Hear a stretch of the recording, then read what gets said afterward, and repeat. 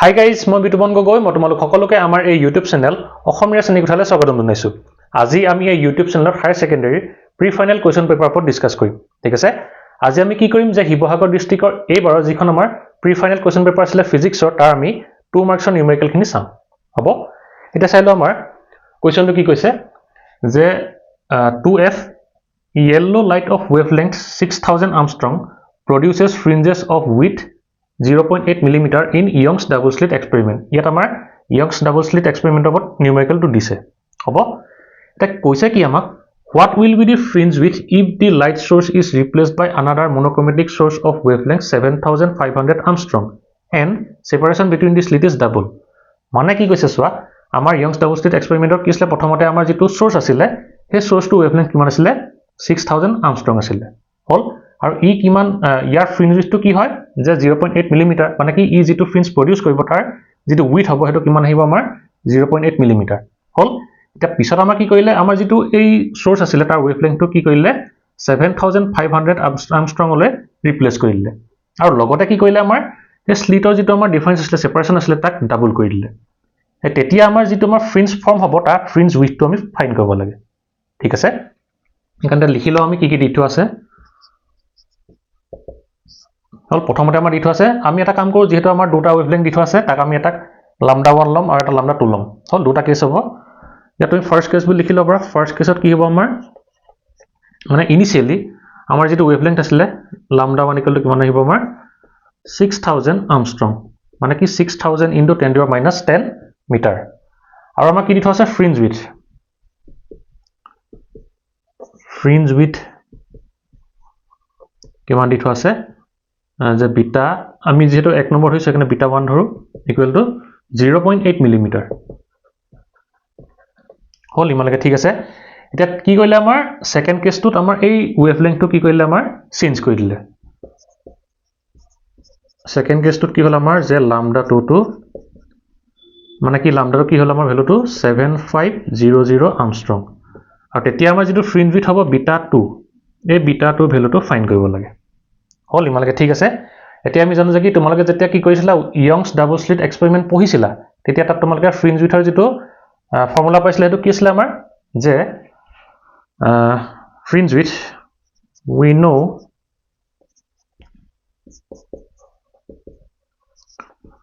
Fringe with কি হয় আমাৰ যে beta equal d lambda divided by small d। হল, এটা কেপিটেল ডি মানে কি আছিলে আমাৰ যিটো আমাৰ সোৰ্স আৰু আমাৰ স্ক্ৰিনখনৰ মাজত কি আছিলে ডিসটেন্স আছিলে, সেইটো আছিলে কেপিটেল ডি, হয়নে? মানে কি আছিলে আমাৰ বস্তুটো এনেকুৱা আছিলে এস আছিলে, ইয়াত থাকে আমাৰ দুটা এনেকে সোৰ্স লৈছিলো আমি এনেকে s1 s2। হল, এটা কি আছিলে ইয়াত এখন আমাৰ স্ক্ৰিন আছিলে, এই স্ক্ৰিনখন আমাৰ কি আছিলে এনেকে ফ্ৰিঞ্জ আহিছিলে, তা এই যিটো আমাৰ ডিসটেন্স আছিলে এইটো আছিলে আমাৰ কেপিটেল ডি, আৰু ইহঁতৰ মাজত যিটো ডিসটেন্স হয় এইটো আছিলে কি আমাৰ স্মল ডি। হল, এতিয়া আমাৰ কি হৈছে আমাৰ যিটো সেকেন্ড কেছত দিছে যে কি কৈছে আমাৰ separation between the slit is double, মানে কি এই স্লিটৰ সেপাৰেশনটো ডাবল কৰি দিলে। হল, আৰু এই সোৰ্সটোৰ আমাৰ যিটো ৱেভলেংথ আছিলে তাৰ ভ্যালুটো ইমান কৰি দিলে, তা সেইকাৰণে আমি বিটা ভ্যালুটো ফাইন্ড কৰিব লাগে। হল, ইমানলৈকে ঠিক আছে। সেইকাৰণে কি হ'ব আমাৰ সেকেন্ড কেছত যদি আমি ডি ভ্যালুটো লিখো তেতিয়া আমি কি লিখিব লাগিব 2d লিখিব লাগিব, কাৰণ কেলে ইয়াত ডাবল বুলি কৈছে। হল, এটাটো মুহাই দিও।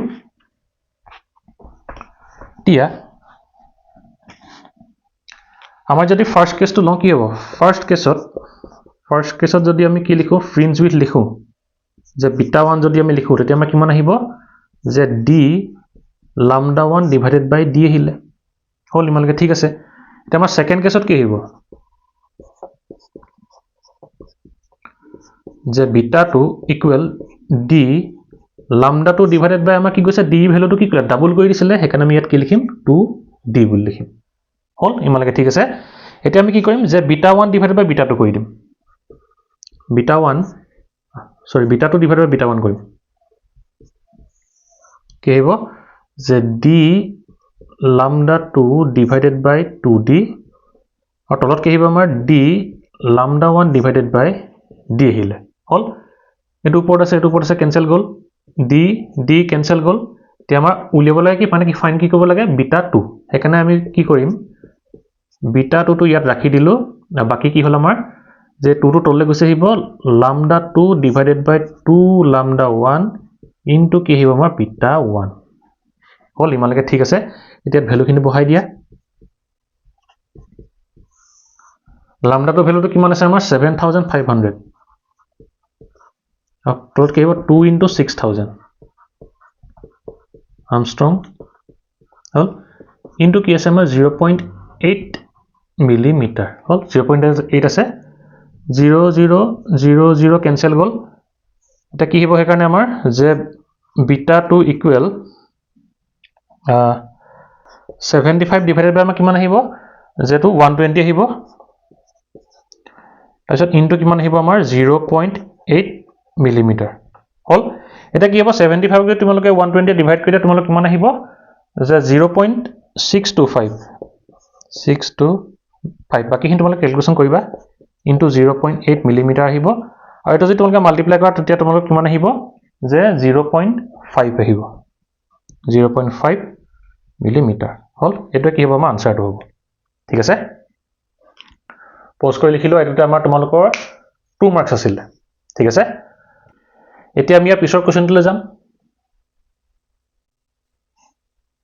এতিয়া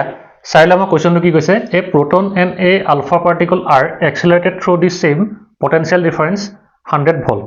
their de Broglie wavelength are lambda p and lambda alpha respectively find the ratio মানে কি কৰিব লাগে আমি ৰেচিওটো ফাইন্ড কৰিব লাগে আমি ইয়াত কি কৰিব de Broglie wavelength টো ফাইন্ড উলিয়াব লাগিব লিখি লম প্ৰথমতে তাৰপিছত আমি তাৰ ৰেচিওটো ফাইন্ড কৰি দিম হল ইয়াত আমাৰ কি হ'ব দুটা কনসেপ্ট লাগিব যে কি হয় আমাৰ mass of alpha particle equal to কি হয় 4 times the mass of proton হ'ব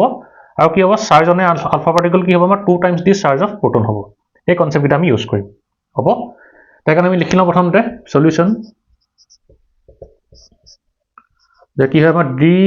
ব্ৰগলি ওয়েভলেংথ কি হয়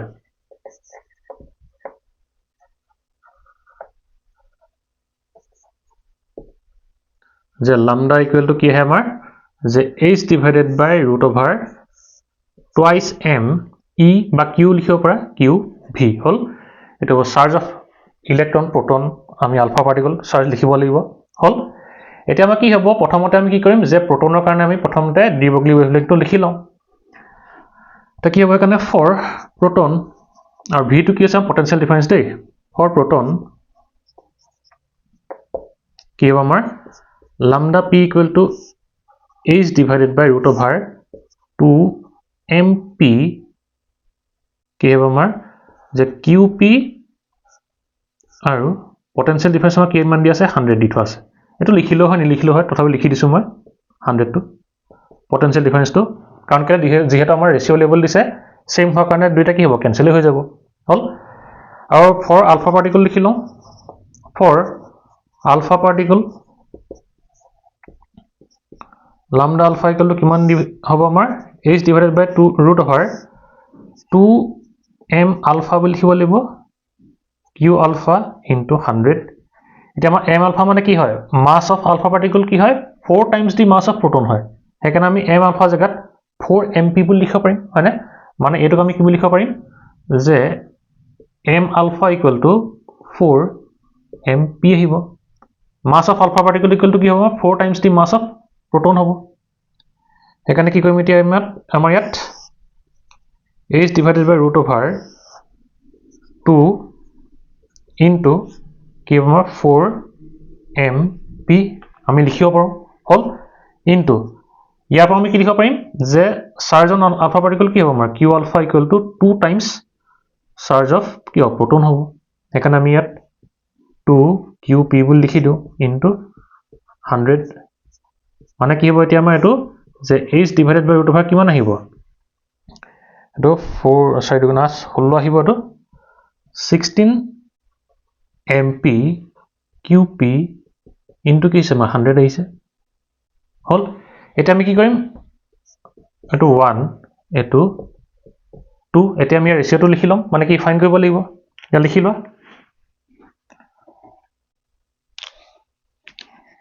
হল therefore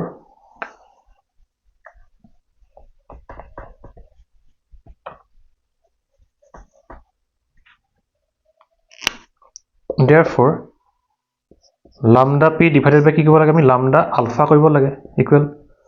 ভ্যালু কিটা বহাই দিয়া h divided by কি আছে আমাৰ root over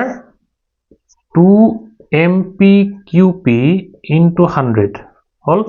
divided by কি হ'ব আমাৰ h divided by এটো আহিব root over 16mpqp into 100 হল h cancel গল তাৰছত থাকিলে কি আমাৰ root over ভিতৰত কি আছে আমাৰ mp আছে এটো cancel যাব qp cancel যাব 100 cancel যাব থাকি যাব কি আমাৰ root over 16 টো ওপৰলৈ গুচি যাব হয় না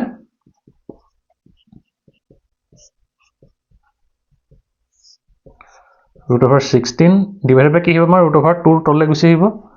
root over 2 মানে কি হ'ব আমাৰ 4 divided by root 2 হল ইয়াক আমি কি বুলি লিখিব পাৰিম যে 2 into 2 হল root 2 যদি 2 কাটো কি root 2 আহিব ইকুয়াল কি আহিব আমাৰ 2 root 2 হল ৰেশিওটো বা তোমালৈ কি ক'ব এই 2 টো যদি root over ভিতৰলৈ সোমোৱাই দিয়া তেতিয়া কি হ'ব আমাৰ যে root over a2 হ'ব হল এনেকৈ লিখিব পাৰা এটা কি হ'ব আমাৰ আনসাৰটো ঠিক আছে ৰেশিওটো কিমান হ'ব root over 8 হল এটা আমাৰ আনসাৰটো ঠিক আছে এটা তোমালোকে পজ কৰি লিখি লোৱা এতিয়া আমি ইয়াৰ পিছৰ কোৱেশ্চনটোলৈ যাম এতিয়া চাই লোৱা আমাৰ 2 নম্বৰ আই কোৱেশ্চনটো কি কৈছে The wavelength of first line of Balmer series is 6553 Armstrong. Calculate the value of Rydberg constant. আমি ইয়াত কি কৰিব লাগিব Rydberg constant ৰ ভ্যালুটো ফাইন্ড কৰিব লাগিব এতিয়া আমি জানো যে কি আমাৰ Balmer series ৰ কাৰণে যেটো আমাৰ কি হয় wave number হয় তাক আমাৰ কেনেকৈ ৰিপ্ৰেজেন্ট কৰে এটা লিখি লোৱা solution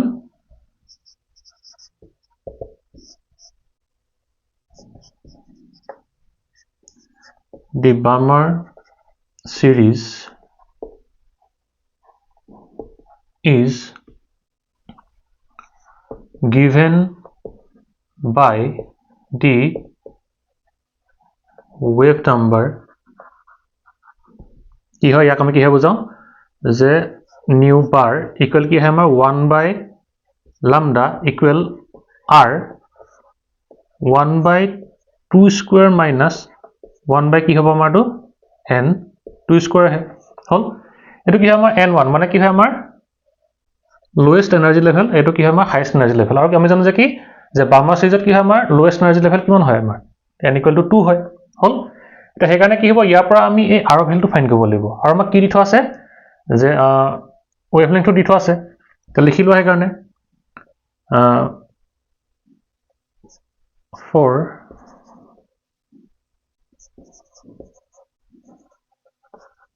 Balmer series n2 equal to কি হ'ব ইয়াত আমাৰ 3 আহিব আৰু আমাক কি দি থোৱা আছে wavelength দি থোৱা আছে lambda equal to কিমান দি থোৱা আছে যে 6553 Armstrong মানে কি হ'ব আমাৰ 6553 into 10 to the power minus 10 metre হল এটা ভ্যালুটো বহাই দিয়ে ইয়াত কি হ'ব আমাৰ